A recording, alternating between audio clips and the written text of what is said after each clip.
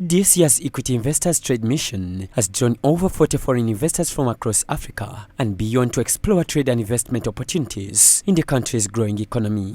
These came from various sectors including manufacturing, agriculture and agribusiness, oil and gas, among others. Hello, how is everyone?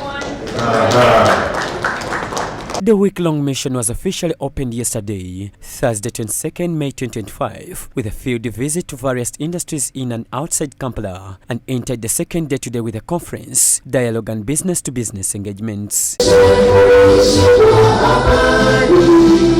Addressing as the guest of honor, Evelyn Anite, the Minister of State in charge of privatization and investment, encouraged the investors to invest in Uganda's rich and growing economy, especially in the coffee and oil and gas sectors.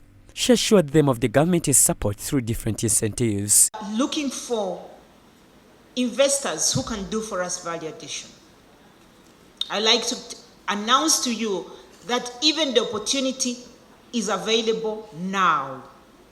We will make land available for you to do that coffee factory. We will make sure that we give you tax incentives for you to bring in your plant and machinery in the country. You would pay zero tax. Anite underscored the role played by financial banking institutions such as Equity Bank in the development of Uganda's investment sector, hence urging investors to partner with Equity Bank Uganda for investment in the country. I must say that Equity is doing a commendable job, and the biggest challenge of our people is access to finance. And so if Equity is able to make this affordable and available and at affordable rate. I was speaking to the MD and I asked him, what is your lending rate? He was telling me it is at 10%, 15%. I thought it was fair if it is 15% as opposed to those who give it at 28, 30% for people to be able to do manufacturing and value addition. I am very proud of Equity Bank that they're making this money available for our people. The minister encouraged Ugandan investors to expand to other parts of the country instead of congesting in Kampala where the cost of production is higher. The purchasing power is concentrated in the capital city, which is Kampala. And that is why they all want to stay in Kampala. And we are now saying, fellow citizens who have access to money, who can do business, they should go in and access these areas. Because for a foreigner, I do understand them. It is not possible for them to go into a rural area when they are not sure of the security. We are assuring them that there's peace and stability in those areas, they should come. Gift Shoko, the managing director of Equity Bank Uganda, emphasized Uganda's position as a prime investment destination backed by the prevailing peace and security. These investors are interested in various sectors. So what we do is we profile Uganda as an investment destination through a webinar.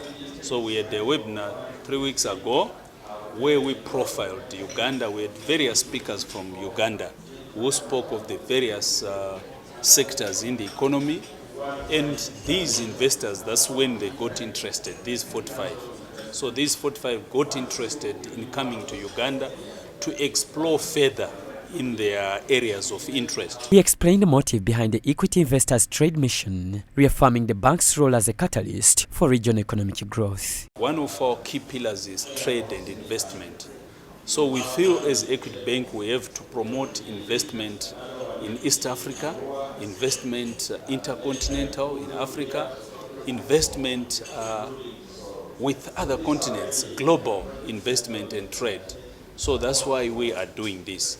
So we are also growing our business in that process as well. As we facilitate businesses expand, export markets are opened, what is happening? Banks benefit from increased business volumes. Shoko finally indicated how the bank has set aside $6 billion to promote investment in East Africa through the African Recovery and Resilience Plan. Through our group, it was planned that between 2020 to 2030, we should set aside or mobilize $6 billion to promote investment in East Africa, in the countries that Equity is operating in.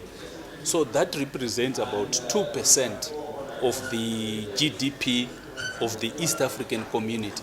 The initiative forms part of Equity Group's broader Africa Recovery and Resilience Plan, designed to promote cross-border trade and investment while strengthening regional value chains across the continent. John Baptista Homza, Church of Uganda Family TV News at 8.